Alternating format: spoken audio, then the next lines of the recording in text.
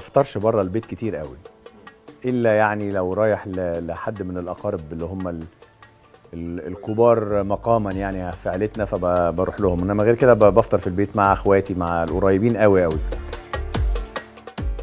الرياضه بتطلع كل النيجاتيف انرجي، هي مهمه جدا. وانا عن نفسي انا بتمرن دايما الساعه اللي قبل الفطار.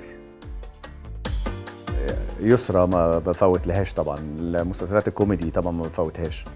كل لحظة أمل وألم وفرح وزعل وجدل وهبل وهوس وونس، عمر سوا عشناه. اللحظه اللي انا احب اعيشها تاني ان هي في وجود ابويا وامي الله يرحمهم. اكيد لحظات وجود لمه الاسره، وجود اخواتي ربنا يخليهم لي واصحابي، هي دي اللحظات اللي هي بتمنى ان هي تدوم. عمر سوا عشناه. الله عليك انت.